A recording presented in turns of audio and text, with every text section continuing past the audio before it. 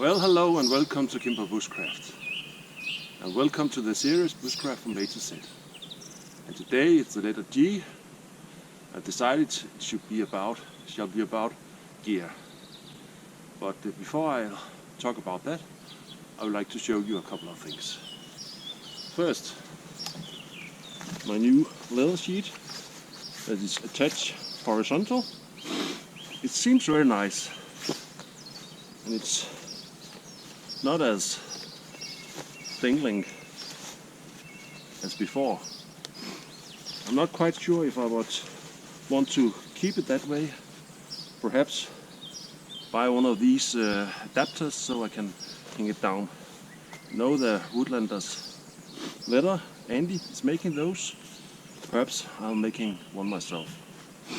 But the other thing I'd like to show you is in my rucksack. Yeah, just a minute.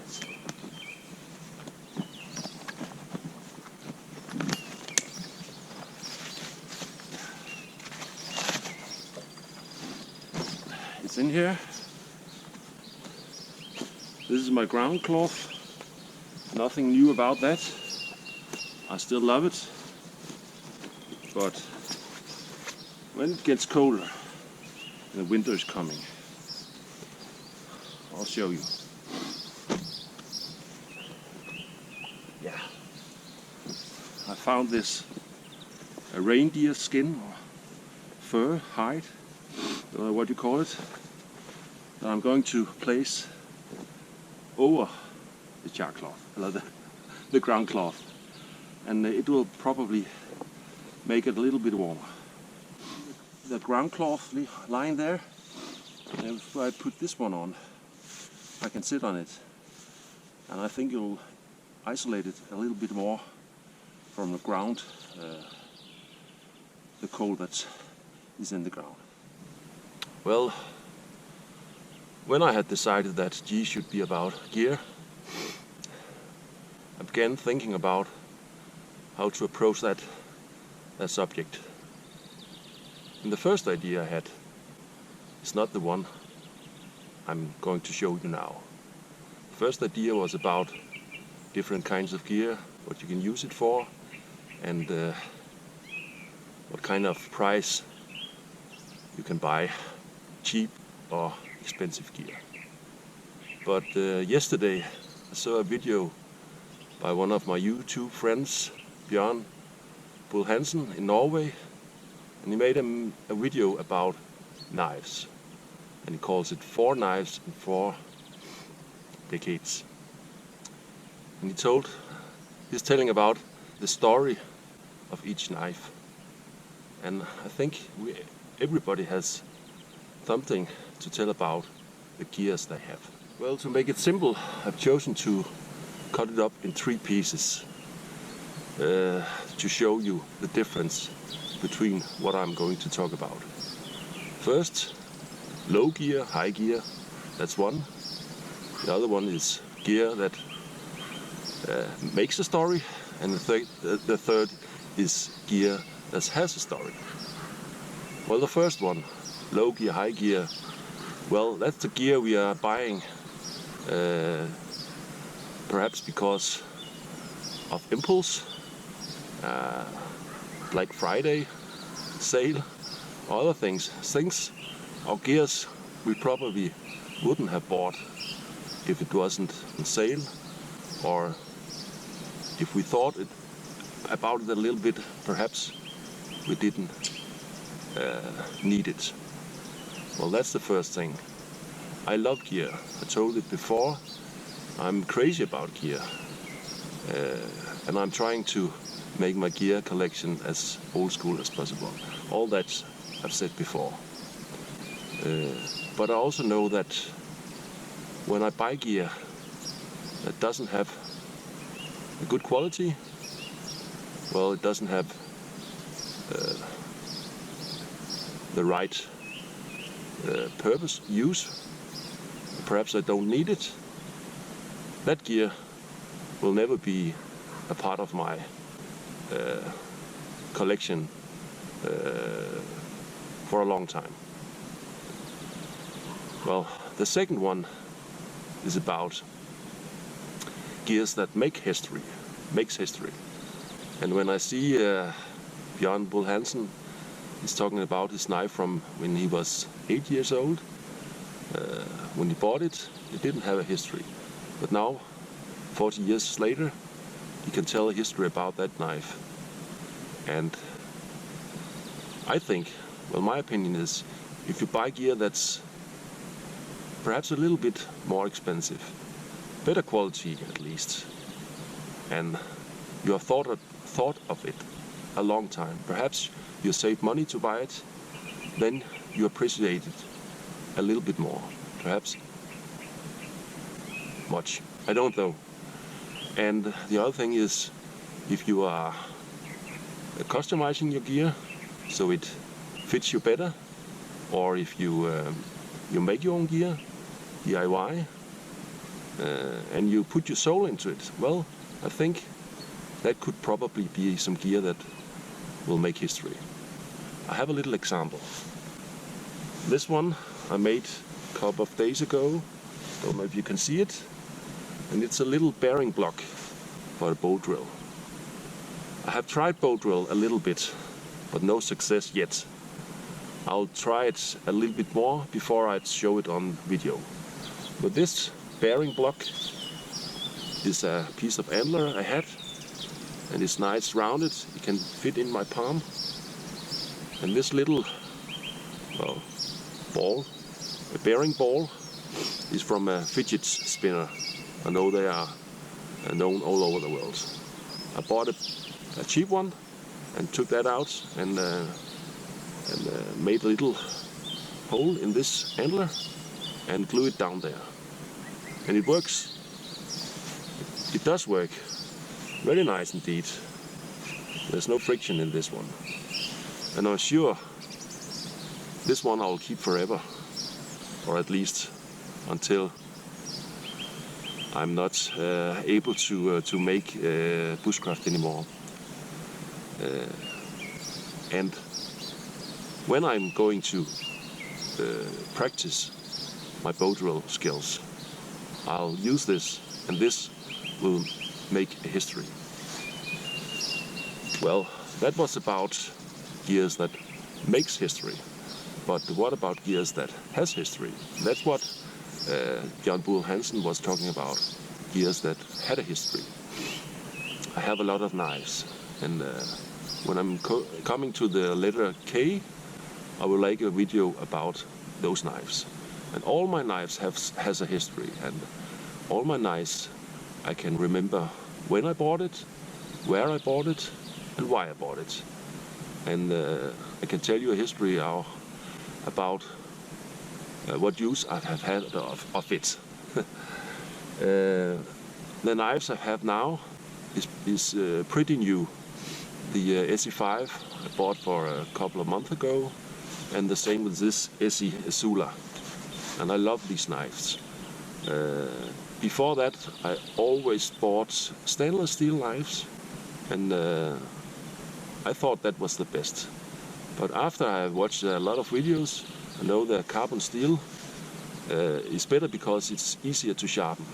And that's why I've chosen to buy 2 carbon steel knives that I have much more success in sharpening those than I have with stainless steel. But one thing I want to show you is this canteen I bought many years ago up in Norway. And I used it a little bit when I was hiking in Norway. But then it was laid out in my up in my attic, and I hadn't seen it for a long time. And when I started in Bushcraft again, I found it, and I'm using it.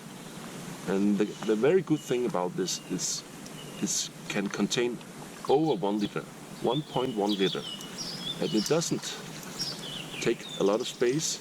It's very narrow, so this one is just as much as my 2 canteens I sometimes bring along. and I have made these buckles or D-rings, and I have a strap that I can wear it around my shoulders. So this canteen has a history for me. I think it's probably 30 years ago I bought this. I haven't seen them since. Well, I've seen some like this, but not this model. And I love it very much just now.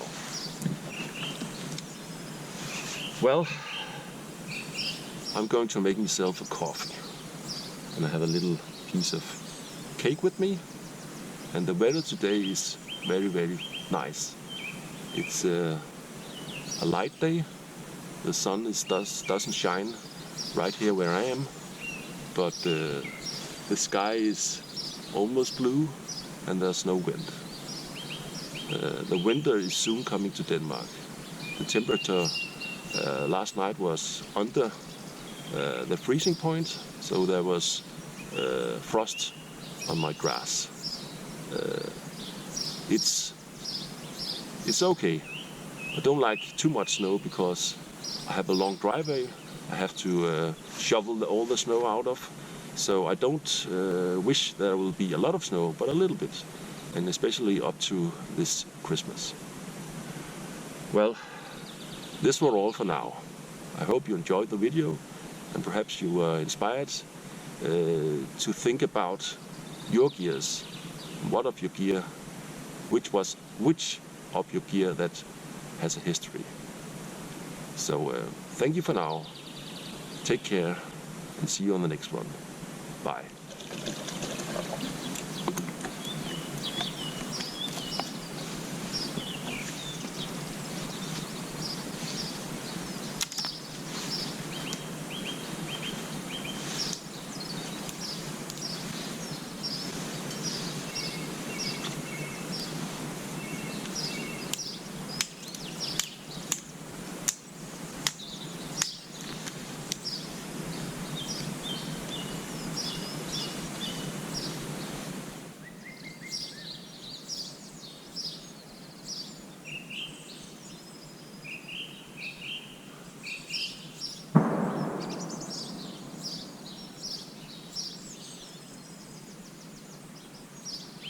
I think it's the hunting season. They're shooting someplace close to me. Yeah.